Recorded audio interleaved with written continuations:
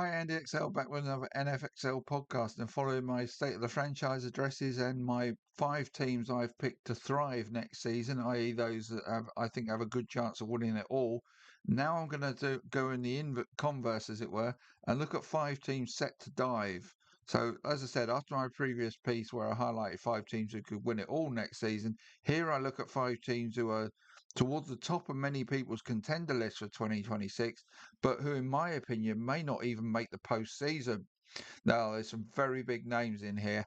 And I'm going to start with, wait for it, the Kansas City Chiefs.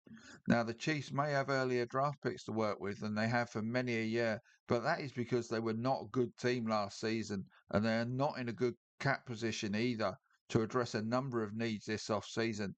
In the AFC, there are a number of teams who are going to be flat out bad next season, but the Chiefs may not be one of them. But with the likes of the Patriots, Jags, Texans, and Chargers on the up, and the Bills, Ravens, and Bengals all likely to improve next season too, getting one of the seven AFC spots available to the Chiefs is far from a given, and here is why.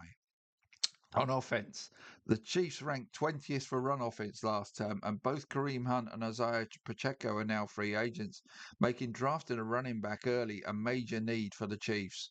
At wide receiver, they have a number of free agents, leaving them pretty much with Rashee Rice and Xavier Worthy and little else. So, to the draft again here. Travis Kelce may not be back, and even if he is clearly on the decline, nowhere near the elite force he was. The O line needed work even before Jawan Taylor was jettisoned as a casualty. So even if Mahomes makes it back from his horrendous injury for the early part of the season, just look at the weaponry he or any other quarterback, if Mahomes misses games early next season, will have at their disposal, and compare it with the teams they need to beat to the playoff spots in the AFC. And they look well short on offense for me.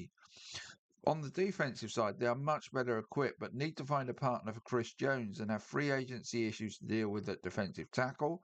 They also lack anything like an elite edge rusher and have to find a way to generate cap space to re sign Brian Cook at safety and help alongside him via the draft, or they will be pretty weak in that area too. In short, if this team was not called the Kansas City Chiefs and were judged on their roster alone, they would be tipped to struggle badly next season. But whilst they have Mahomes and Andy Reid and Steve Spagnuolo on their coaching staff, they will always be lifted higher by their presence. But with the uncertainty over Mahomes' return date and how quickly he will get back up to full speed, plus the lack of talent on offense, I am perfectly willing to predict they will struggle to compete in the AFC West and will also struggle to get the 10 wins that look a minimum requirement to make the postseason. It took 11 to get an AFC wildcard last season, and it may well be 11 again next season as there's some bad teams who are not going to get many wins between them in the AFC. Right, the second team, and I'm not stopping short of the big names again here. Philadelphia Eagles, the high flying Eagles of 2024, failed to soar last season and have three improving teams ready to clip their wings in the AFC East. They dropped from 14 wins to 11 last season, and with competition in the division being much stronger next season, it's entirely possible further decline in terms of win numbers could be on the cards for the Eagles next season. They were 5-1 in division in 2024. That fell to 3-3 last season. With the Commanders, Cowboys, and Giants all set to improve again in 2026, the Eagles need to find similar improvements to even repeat that in Division 500 record of last season. Offensively, the Eagles are set at quarterback and running back, but that said, the running game was only mid-ranked in the league last season, so they need a bounce-back year from Saquon Barkley if they are to improve on that next season. And teams seem to be getting more and more adept at dealing with the tush push that was a critical part of the Eagles' championship winning campaign. But it is the receiving group that is the real concern.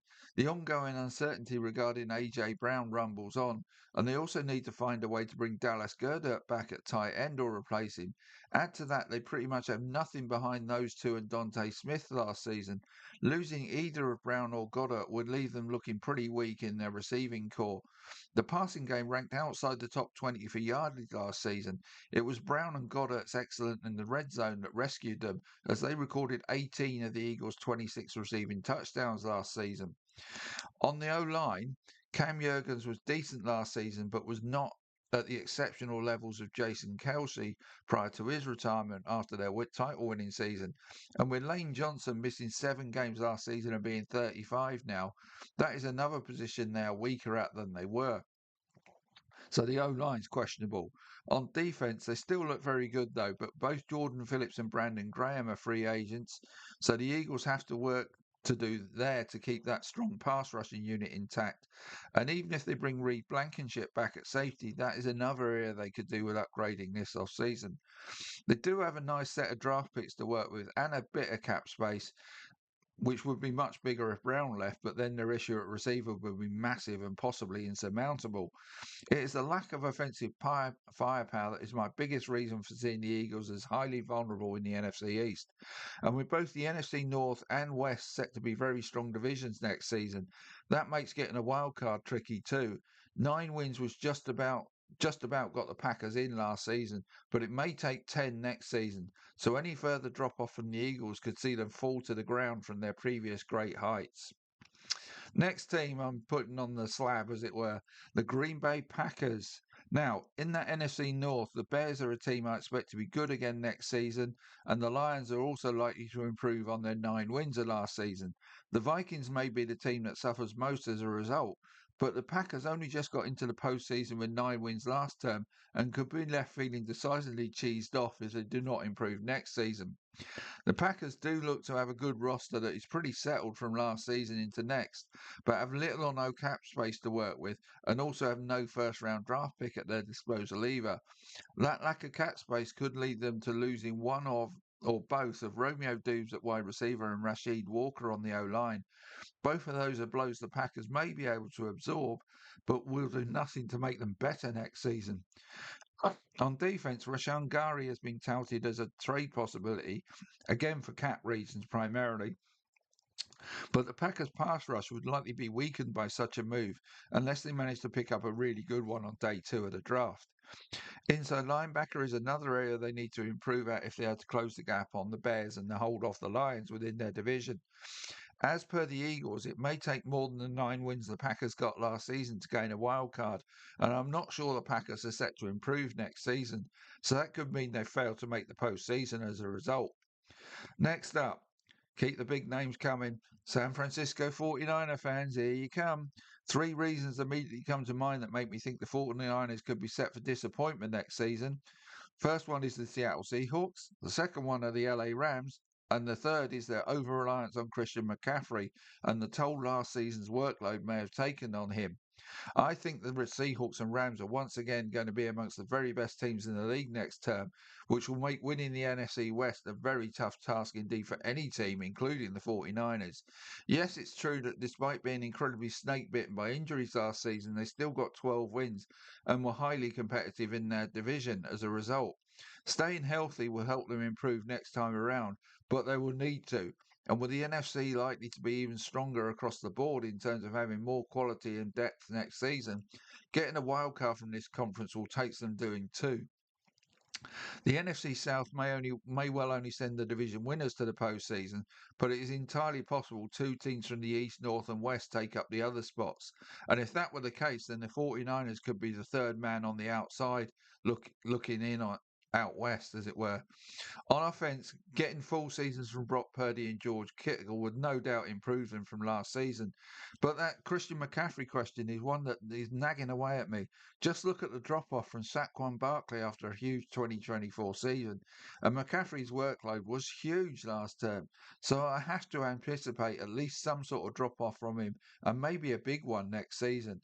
And of course, the one thing the 49ers cannot afford is for him to miss time, as he did in 2020, 2021 and 2024, where he played a total of 14 games across those 3 seasons. The 2020 and 2021 absences were after a 2019 season where he had 403 touches, 10 less than he did for the 49ers last season.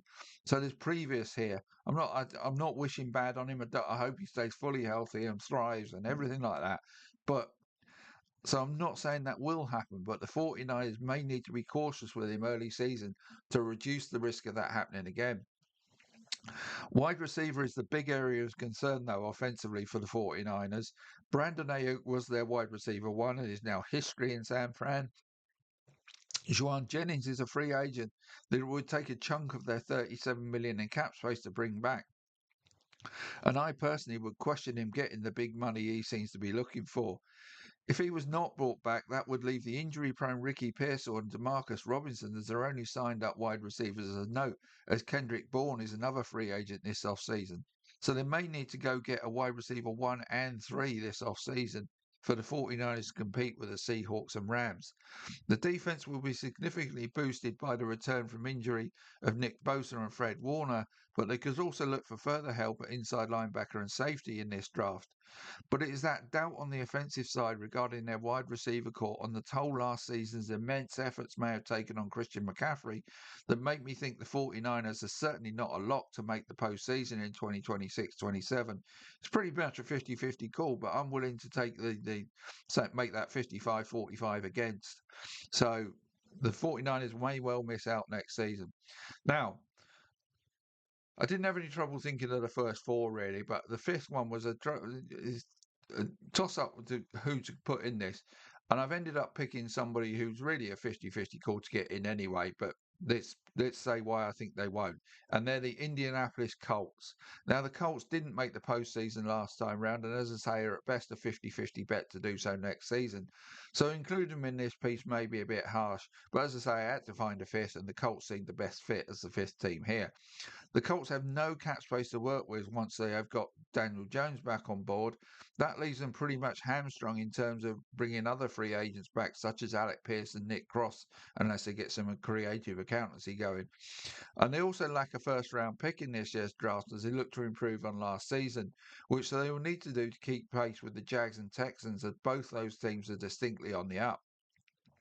Losing Pierce and or Cross at wide receiver and safety would leave big holes to fill, likely on day two of the draft considering their cap position, so they'd have to get lucky there. Other needs they need to address could be improving their edge rushing unit, an inside linebacker, and they also need a backup running back, with free agency hitting them there. And like Sam Darnold in Seattle, Daniel Jones now needs to show he is worth the money he is going to get paid under this new deal, rather than being a nice bounce back story as he was last season. As a result, I think the Colts are unlikely to catch the Jaguars and Texans in the AFC South, and it has to be doubtful they will improve on their 8 wins of last season either. So I see them as missing out. So I've given you my five to thrive and my five to dive. Next, I'm going to pick up the five teams that I think are going to suck next season. They're the teams that are going to really have the least chance of making the postseason. So that'll be my next piece coming up soon.